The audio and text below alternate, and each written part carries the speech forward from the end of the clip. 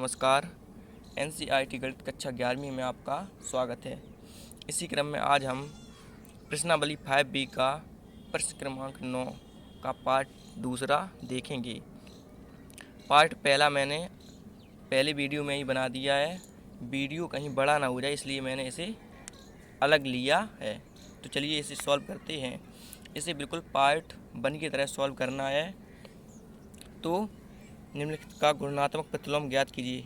मतलब हमें इसका गुणात्मक प्रतिलोम ज्ञात करना है। तो गुणात्मक प्रतिलोम का मतलब होता है, अगर मैं आपसे कहूँ कि 2 का गुणात्मक प्रतिलोम बताइए तो क्या आप बता सकते हैं?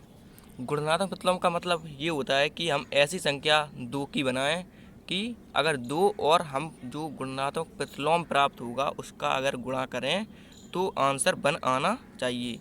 देखिए कैसे कि 2, अगर हम 2 का गुणात्मक प्रतिलोम ज्ञात करें 2 का, तो अगर हम 1/2 अगर हम 2 का गुणात्मक प्रतिलोम 1/2 मान लें तो जब हम इन दोनों का आपस में गुणा करेंगे तो 2 से 2 ये कैंसिल हो जाएगा, 1 एकम 1 हमें 1 प्राप्त हो जाएगा। तो मतलब यही होता है कि 2 ये बटे में हो जाता है, 1 के हम बटे में मान लेते हैं। जो भी संख्या होती है गुणात्मक प्रतिलोम के लिए, जो भी संख्या होती है 4, 5, 6, मान लीजिए 4 है, तो अब हम इसे बटे में मान लेंगे। 1 के बटे में हम इसे मान लेंगे 1/4, 1 के बटे में मान लेंगे। तो जब हम इन दोनों का गुणा करेंगे तो हमें 1 प्राप्त होगा। इसी प्रकार से ये हमारा दिया गया है 2 + i√3 का होल वर्ग। देखिए कैसे हमारा दिया गया है 2 + i√3 का होल वर्ग हमें दिया गया है। तो हम इसका गुणात्मक प्रतिलोम कितना कहेंगे, इसे हम 1 के बटे में मानेंगे।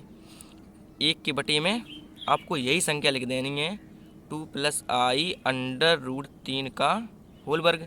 अब हम इन दोनों का जब गुणा करेंगे तो हमें 1 ही प्राप्त हो जाएगा।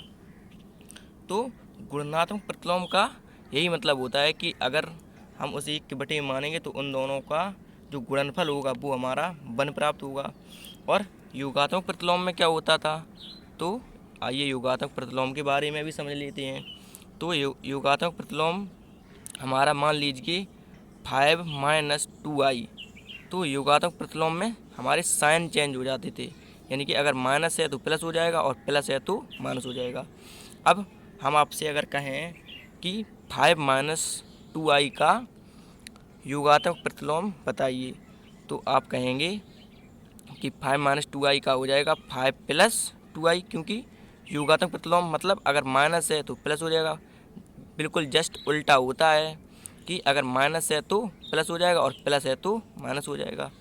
चलिए अब हम बात कर रहे थे गुणात्मक प्रतिलोम की। तो गुणात्मक प्रतिलोम हम लोगों ने अभी समझा कि हम इसे बटे में लिख देंगे। 1 के बटे में हम मानेंगे, कोई भी संख्या है उसे हम 1 के बटे में मानेंगे और जब हम दोनों का गुणा करेंगे तो हमें 1 प्राप्त होगा। तो चलिए इसे सॉल्व करते हैं। तो अब 2 + i√3, तो अब हम सबसे पहले लिखेंगे 2 + i√3 होल स्क्वायर का गुणात्मक प्रतिलोम। चलिए एक बार सबसे पहले हल लिख लेना है। तो सबसे पहले हम लिखेंगे हल। अब आपको लिखना है 2 + i√3 होल वर्ग, 2 + i√3 का होल वर्ग। अब लिखना है का गुणात्मक प्रतिलोम, का गुणात्मक प्रतिलोम। तो गुणात्मक प्रतिलोम क्या होगा, तो इसका गुणात्मक प्रतिलोम होगा, अभी मैंने बताया था कि इसे 1 के यानी कि 1 के बटे में मान लेना है। 2 + i√3 का होल वर्ग। मैंने अभी कुछ भी नहीं किया है, ये वाली संख्या आपकी मैंने 1 के बटे में मान ली है। इसलिए क्योंकि गुणात्मक प्रतिलोम का मतलब होता है कि अगर हम इस संख्या को गुणा इस संख्या में करेंगे तो उसका मान 1 आएगा। चलिए अब आपको बराबर लगाना है और हमारी संख्या ये हमें प्राप्त हुई है। अब हमें इसे a + ib के रूप में परिवर्तित करना है। देखिए कैसे, तो 1/√3 2 प्लस आई अंडर रूट 3 का होल वर्ग है, तो हमें ए प्लस आई बी का होल वर्ग खोलना है। देखिए कैसे, तो ए प्लस बी का होल स्क्वायर क्या होता है, क्या आप बता सकते हैं? तो आंसर है ए प्लस बी का whole square A square plus B square plus 2ab। A plus B का whole square A square plus B square plus 2ab। चलिए, अब इसमें ए की जगह क्या है 2 और बी की जगह क्या है आई अंडर रूट 3 है। तो आपको इसी प्रकार से ये वाला ज्यों का त्यों, ये वाला जैसा का तैसा है, आप सेम समझ सकते हैं। इसमें ए की जगह 2 है और इसमें बी की जगह आई अंडर रूट 3 है, तो ए स्क्वायर यानी कि 2 का वर्ग हो जाएगा। आपको सब बराबर लगा देना है। ए स्क्वायर आपको फॉर्मूले में देखते रहना है, ए स्क्वायर यानी कि 2 का वर्ग हो जाएगा। अब प्लस लगाए, आपको प्लस लगा देना है। बी वर्ग और बी के स्थान पे इसमें क्या है आई अंडर रूट 3, तो आई और अंडर रूट 3 का वर्ग कर देना है। अब प्लस लगाया तो प्लस लगा दीजिए। 2ab, तो 2 फॉर्मूले में ही है, तो 2 ज्यों का त्यों। ए बी, तो इसमें क्या होगा ए और बी, तो ये ए बी का गुणा करना है, तो 2 का गुणा इसमें करेंगे तो ये 2 का गुणा इसमें करेंगे तो इनटू आपको लगा देना है। 2 का गुणा हम इसमें करेंगे तो 2 और अंडर रूट 3 ज्यों का त्यों, और ये आई आप आगे लिख सकते हैं या पीछे भी लिख सकते हैं। अब आपको ये बन के बटे में था, आप लोग जानते हैं, क्योंकि एक के बटे में हमने अभी नीचे वाला खोला था और ये ज्यों का त्यों। अब आपको आगे देखना है, तो ये बन ज्यों का त्यों बटे, अब नीचे आपको सॉल्व करना है। 2 का वर्ग 4 हो जाएगा, प्लस आई का वर्ग आई स्क्वायर, और अंडर रूट 3 का वर्ग कितना होगा, तो 3 ही हो जाएगा, क्योंकि अंडर रूट 3 को हम 2 बार लिखेंगे। अंडर रूट 3 गुणित अंडर रूट 3, उसमें से एक 3 हमारा बाहर आ जाएगा, तो ये हमारा 3 हो जाएगा। तो 3 और आई का वर्ग आई स्क्वायर। अब प्लस ज्यों का त्यों ये आई स्क्वायर है। अब 2 का गुणा हम इसमें कर देंगे, तो 2 दूनी 4 और अंडर रूट 3 आई ज्यों का त्यों। अब बराबर लगा है, आपको बराबर लगा देना है। उसके बाद अब ये हमारा, आपको ध्यान से देखते रहना है, अब ये हमारा क्या हो जाएगा, बन ज्यों का त्यों बटे 4, और आई स्क्वायर का मान हम लोग जानते हैं कितना होता है, तो आंसर है -1।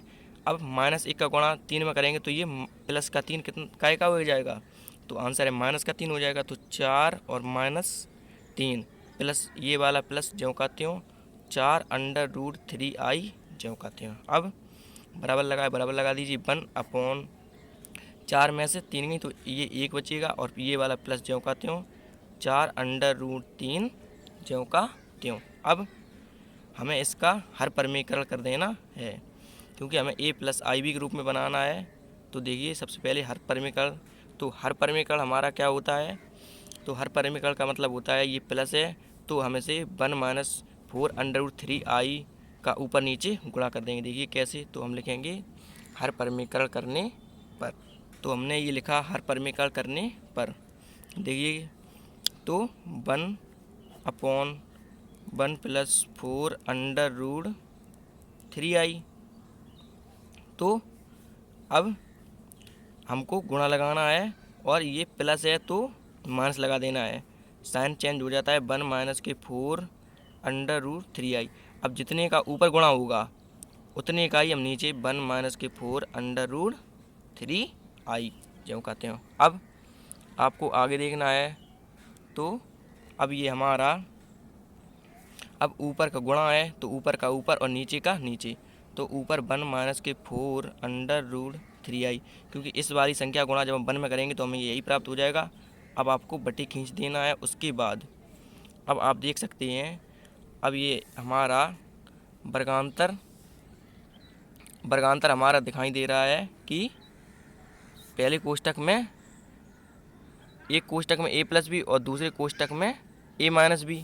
तो देखिए कैसे, पहले कोष्टक में मतलब एक कोष्टक में a + b और दूसरे कोष्टक में a - b है, तो आप चाहें तो इसमें कोष्टक भी लगा सकते हैं समझने के लिए। तो हमारा सूत्र होता है कि ए स्क्वायर, आप इसमें फॉर्मूले में देख सकते हैं। तो हमारा सूत्र होता है ए वर्ग माइनस बी वर्ग का पहले कोष्टक में ए माइनस बी और दूसरे कोष्टक में ए प्लस बी, या आप ये बोल सकते हैं कि पहले कोष्टक में ए प्लस बी और दूसरे कोष्टक में ए माइनस बी। चूँकि गुणा में है तो आप कोई सा कोष्टक पहले बोल सकते हैं।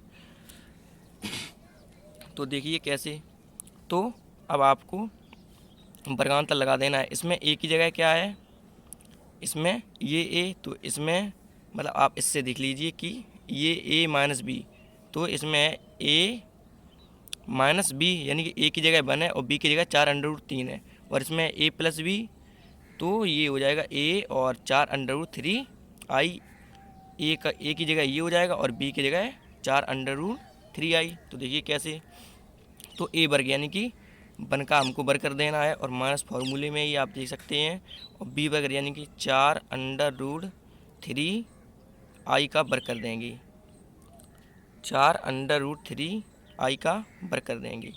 तो बराबर ज्यों का त्यों 1 माइनस 4√3 आई बटे ज्यों का त्यों 1 का वर्ग 1 ही होता है, माइनस ज्यों का त्यों। अब 4 का वर्ग हम करेंगे तो क्या होगा, तो 4 का वर्ग 16 हो जाएगा, और अब गुणा लगा देना है। √3 ये लिखा हुआ है, तो √3 का जब हम वर्ग करेंगे तो √3 गुणित √3 जब इसे 2 बार लिखेंगे तो इसमें से 1 3 बाहर आ जाएगा, तो √3 का वर्ग 3 ही हो जाएगा। फिर गुणा लगा देना है, चूँकि ये सब गुणा में थे। अब आई का वर्ग क्या होगा, ये आई √ के अंदर नहीं था, ये बाहर था, तो आई का वर्ग हो जाएगा हमारा आई स्क्वायर। अब बराबर लगाना है, आपको बराबर लगाया है। उसके बाद अब आगे इसे सॉल्व करेंगे तो 1 माइनस 4 √3 आई, अब बटे ज्यों का त्यों, अब 1 ज्यों का त्यों। अब हम लोग जानते हैं आई वर्ग का मान कितना होता है, -1। अब -1 का गुणा जब इसमें करेंगे तो ये हो जाएगा माइनस माइनस प्लस, और 16 तिया 48। अब बराबर लगा, आपको बराबर लगा देना है। उसके बाद अब हम इसे 1 माइनस के 4 √3 आई बटे 48 और 1 ये हमारे हो जाएंगे 49। अब बराबर लगाया, आपको बराबर लगा देना है। उसके बाद अब ये हमारा 1, अब हम इसे अलग अलग बटे में लिख देंगे। 1 के बटे में ये हमारे 49 हो जाएंगे, और ये वाला माइनस बीच में लगा देना है, और 4 √3 बटे 49 ये अलग अलग लिख सकते हैं, और आई ज्यों का त्यों। अब ये हमारा a प्लस आई बी के रूप का हो गया, क्योंकि a हमारा ये वास्तविक भाग हो जाएगा और ये हो जाएगा b हमारा काल्पनिक भाग। सम्मिश्र संख्या माइनस में भी होती हैं, प्लस में भी हो सकती हैं। इसमें आपको कोई संकोच नहीं करना है कि इसमें माइनस है तो ये सम्मिश्र संख्या नहीं है। सम्मिश्र संख्या का मतलब होता है एक भाग वास्तविक होना चाहिए तो दूसरा भाग काल्पनिक, और वास्तविक भाग जानते हैं आप, जिसमें आई नहीं होगा वो हमारा वास्तविक भाग होगा, और जिसमें आई होगा वो हमारा काल्पनिक भाग या अधिकल्पित भाग, या जिसे हम इंग्लिश में इमेजिनरी नंबर बोलेंगे। हाँ, और आई को आप आयोटा भी बोल सकते हैं, आई या आयोटा। तो आपको जिसमें सरलता मिले आप इसे उस वह नाम दे सकते हैं। तो यही हमारा आंसर हो जाएगा। तो आशा करता हूँ कि यह प्रश्न आपको अच्छे से समझ में आ गया होगा। अगर नहीं आया है तो आप हमें कमेंट में बता सकते हैं। ये मैंने √3 लिखा हुआ था, मैं बोल रहा हूँ, आपको सुन लेना है कि ये मैंने √3 लिखा हुआ था। तो आशा करता हूँ कि यह प्रश्न आपको सही से समझ में आ गया होगा, और अगर नहीं आया तो आप हमें कमेंट में बता सकते हैं। Thank you.